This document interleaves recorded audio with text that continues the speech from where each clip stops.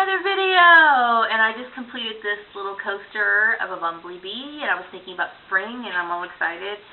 So I usually make 6 coasters for each season, and this is my bumblebee, the first of the spring coasters.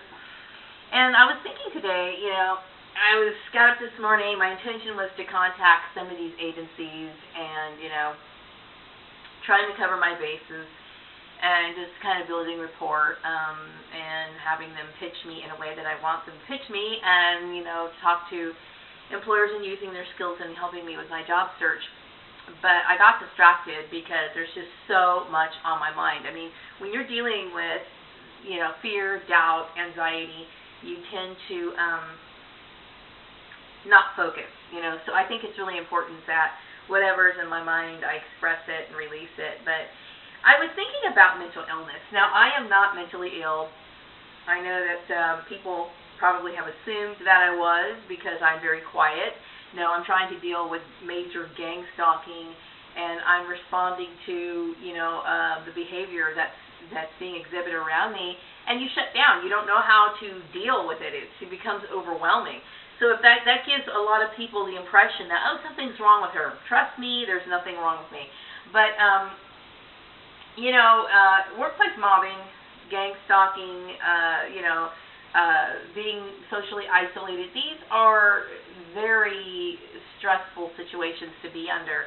And, I want you to, I'm hoping, that people will start looking at the homeless people in a completely different way. Now, mind you, like I said before in one of my videos, I'm not saying that homeless people, some people don't have it coming, okay? Because like I said, there are some people who sit, on their ass all their life and they don't ever do anything and they just kind of mooch off the system or whatever, For some people, I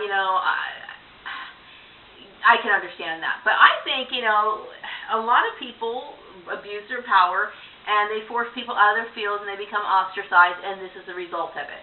And so if these people weren't mentally ill before it happened, now that they're on the street, rejected by their family, rejected by their environment, and socially isolated, then I do believe that some forms of mental illness does crop up. Now, I remember back, I think it was in 2012, I was getting off and on Facebook. I never was consistent on Facebook. I'd kind of pop in just to get a break, but I didn't realize that my whole environment on Facebook was completely corrupt with this bullshit that was going on. But that year I was trying to develop a relationship with my mother's side of the family. There were some cousins that I really never got a chance to bond with. I may have met them once but never really had a conversation. So I was starting to get to know these people. And I get the feeling that maybe one of my relatives was kind of trying to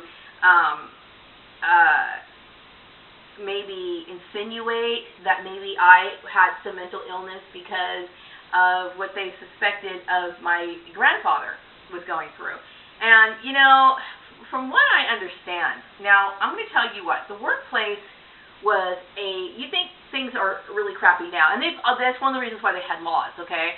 But I have talked to a lot of elderly people about some of the things that went on in the workplace in their day and age. Now, I bring this story up a lot because that's one of the reasons why laws were slowly developed and implemented in the workplace, because things were very unfair at certain times.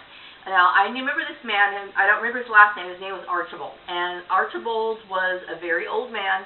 He was in a nursing home when I was working there. And Archibald was an extremely intelligent man. I suspect he was an idiot savant. He was missing half of his leg. And, every day he would stroll down in his wheelchair, using his one leg to actually move the wheelchair. And he would go into the library that was inside the convalescent hospital, and he would read all kinds of things, anything from like the Encyclopedia, National Geographic, whatever. He was just like, this sponge for, information. Very intelligent man. I mean, I really enjoyed talking to him and picking his brain. But, we got around to the subject of his leg, and he told me that he was working for the railroad, and his boss got angry with him and threw him in front of the train.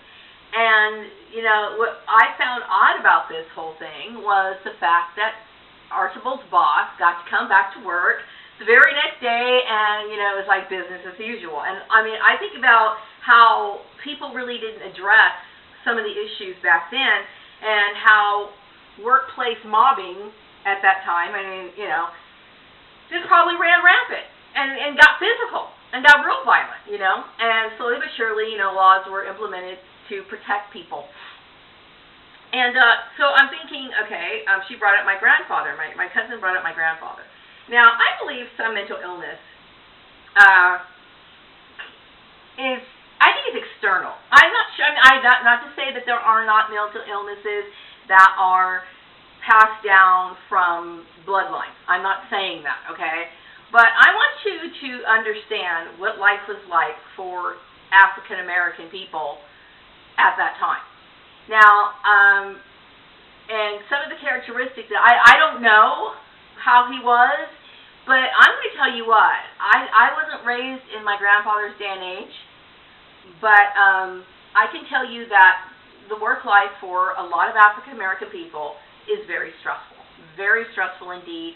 A lot of times, people will say comments, do things to us, or any minority really, but they'll do things and they don't think that it's making a difference or it doesn't affect us, but yet they are actually igniting herd mentality and all kinds of aggression towards us. And in his day and age, I'm sure that stuff ran rampant. Like, he probably had the world on his shoulders. Now, my mother was raised with 11 children in her family, 11 children.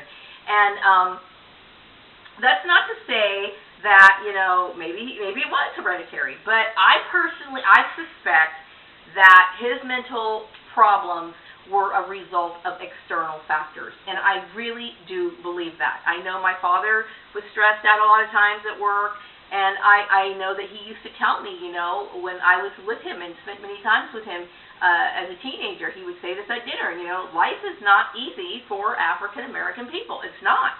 And this is not a rant to bring up racial issues. It's more of, I want this issue to be more of the focal point of this conversation, to be more of our mental illnesses or mental problems a result of people's work environments and the stresses that come along with it. And I highly suspect that it is. And so that's something that I really wanted to touch on. And like I said, I'm just dumping things out of my brain. Also, during the course of my work, multiple workplace mobbings, when you go out on disability, the first thing they do is they want you to take antidepressants. They want you to take antidepressants. And, I'm going to say I'm not in favor of antidepressants, only because I don't believe that what was going on with me was biological. I believe it was a result of an external factor. You could take all the Wellbutrin you want to. You can take whatever kind of antidepressant is out there on the market.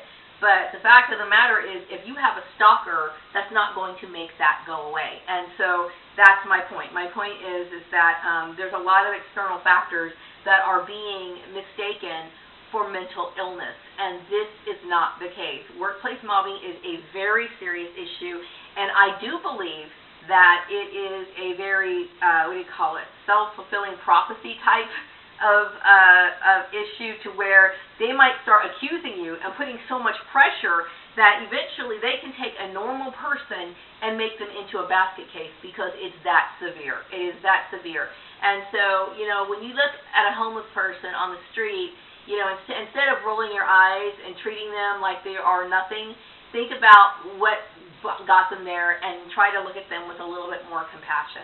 And that would be my rant for the day.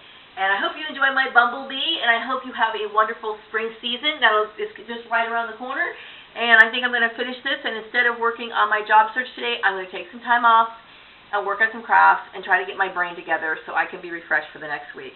Have a wonderful day. Bye-bye.